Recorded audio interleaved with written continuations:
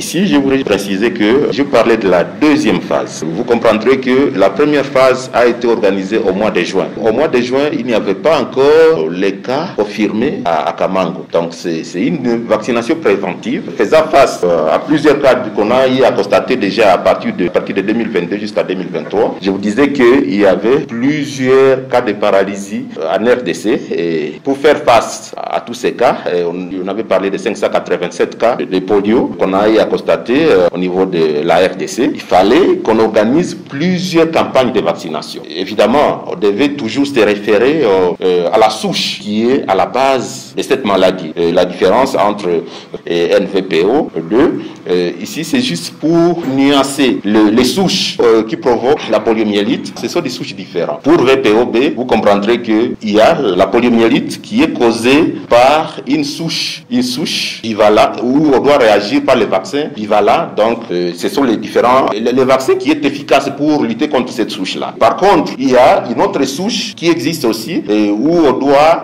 prévoir le vaccin NVPO. Et c'est là où quelqu'un qui n'est pas tellement doué dans ce domaine, il peut ne pas comprendre, mais ce sont des souches différentes où on doit prévoir un vaccin qui est efficace à chaque souche. Donc, il y a une différence entre VPOB et NVPO.